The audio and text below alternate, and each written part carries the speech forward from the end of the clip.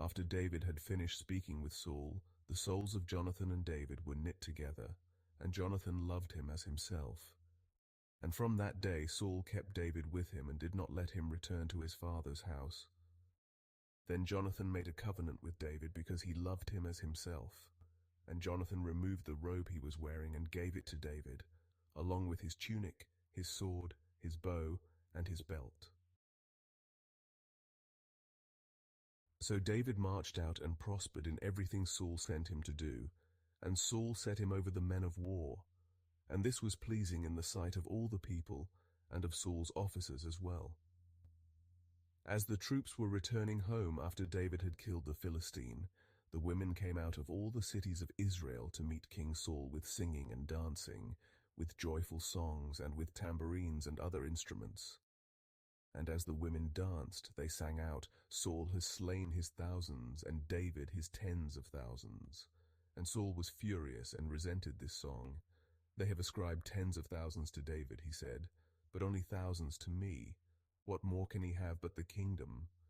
And from that day forward Saul kept a jealous eye on David. Then Saul said to David, "Here is my older daughter Merab. I will give her to you in marriage. Only be valiant for me and fight the Lord's battles." But Saul was thinking, "I need not raise my hand against him. Let the hand of the Philistines be against him." And David said to Saul, "Who am I, and what is my family or my father's clan in Israel, that I should become the son-in-law of the king?" So when it was time to give Saul's daughter Merab to David, she was given in marriage to Adriel of Meholah. Now Saul's daughter Michal loved David, and when this was reported to Saul, it pleased him. "I will give her to David," Saul thought, "so that she may be a snare to him, and the hand of the Philistines may be against him." So Saul said to David, "For a second time now you can be my son-in-law." Then Saul ordered his servants, "Speak to David privately and tell him, 'Behold, the king is pleased with you, and all his servants love you. Now, therefore, become his son-in-law.'" But when Saul's servants relayed these words to David, he replied, "Does it seem trivial in your sight to be the son-in-law of the king? I am a poor man and lightly esteemed." And the servants told Saul what David had said.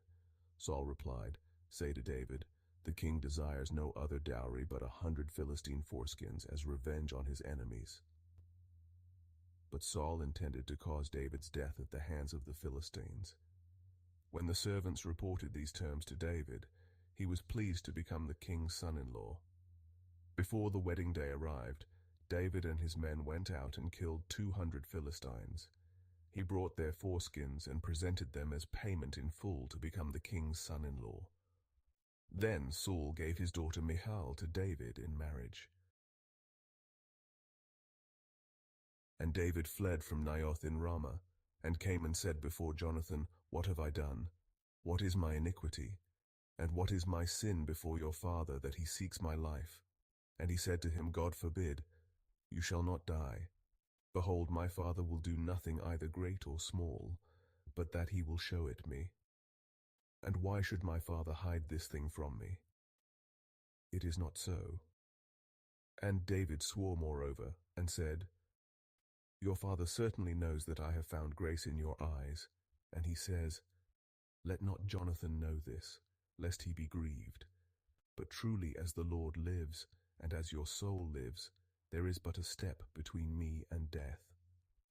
Then said Jonathan to David, "Whatsoever your soul desires, I will even do it for you."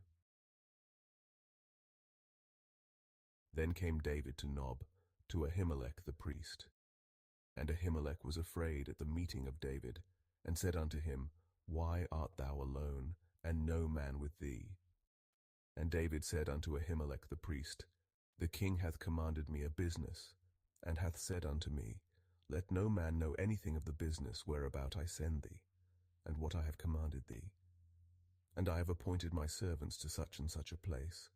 Now therefore, what is under thine hand? Give me 5 loaves of bread in mine hand, or what there is present." And the priest answered David and said, "There is no common bread under mine hand, but there is hallowed bread. if the young men have kept themselves at least from women? And David answered the priest and said unto him, Of a truth women have been kept from us about these 3 days, since I came out.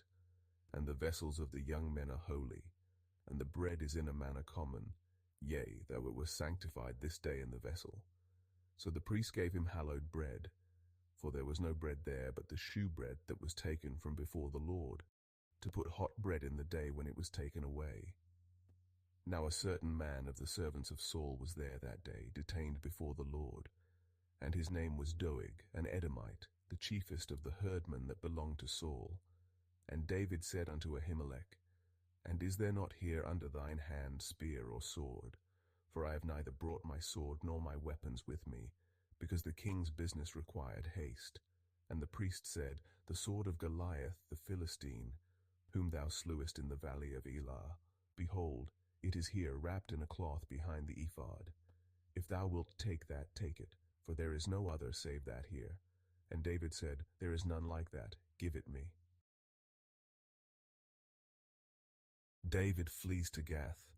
And David arose and fled that day for fear of Saul, and went to Achish the king of Gath.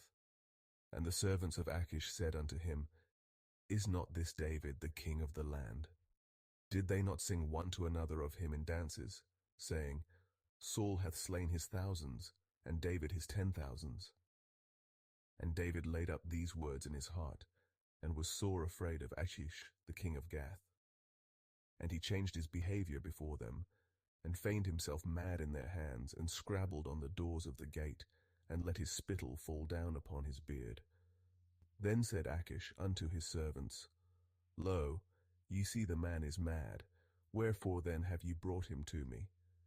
Have I need of mad men, that ye have brought this fellow to play the madman in my presence? Shall this fellow come into my house? David flees to Adullam and Mizpeh. So David left Gath and took refuge in the cave of Adullam. When his brothers and the rest of his father's household heard about it, they went down to him there. And all who were distressed or indebted or discontented rallied around him, and he became their leader. About 400 men were with him. From there David went to Mizpeh of Moab, where he said to the king of Moab, Please let my father and mother stay with you until I learn what God will do for me. So he left them in the care of the king of Moab, and they stayed with him the whole time David was in the stronghold. Then the prophet Gad said to David, Do not stay in the stronghold. Depart and go into the land of Judah. So David left and went to the forest of Hereth. Saul slays the priests of Nob. Soon Saul learned that David and his men had been discovered. At that time Saul was in Gibeah, sitting under the tamarisk tree on the hill at Gibeah, with his spear in hand and all his servants standing around him. Then Saul said to his servants, Listen, men of Benjamin, is the son of Jesse giving all of you fields and vineyards, and making you commanders of thousands or hundreds? Is that why all of you have conspired against me? Not one of you told me that my own son had made a covenant with the son of Jesse. Not one of you has shown concern for me, or revealed to me that my son has stirred up my own servant to lie in wait against me, as is the case today. But Doeg the Edomite, who had stationed himself with Saul's servants, answered, I saw the son of Jesse come to Ahimelech, son of Ahitub at Nob. Ahimelech inquired of the Lord for him and gave him provisions. He also gave him the sword of Goliath the Philistine. Then the king sent messengers to summon Ahimelech the priest, the son of Ahitub, and his father's whole family, who were priests at Nob, and all of them came to the king. Listen now, son of Ahitub, said Saul. Here I am, my lord, he replied. And Saul asked him, Why have you and the son of Jesse conspired against me? You gave him bread and a sword, and inquired of God for him, so that he could rise up against me to lie in wait, as he is doing today. Ahimelech answered the king, Who among all your servants is as faithful as David, the king's son-in-law, the captain of your bodyguard, who is honored in your house? Was that day the first time I inquired of God for him? Far be it from me. Let not the king accuse your servant or any of my father's household, for your servant knew nothing of this whole affair, not in part or in whole." But the king replied, "You will surely die, Ahimelech, you and all your father's house." Then the king ordered the guards at his side, "Turn and kill the priests of the Lord, because they too sided with David. For they knew he was fleeing, but they did not tell me." But the king's servants would not lift a hand to strike the priests of the Lord. So the king ordered Doeg, "You turn and strike down the priests."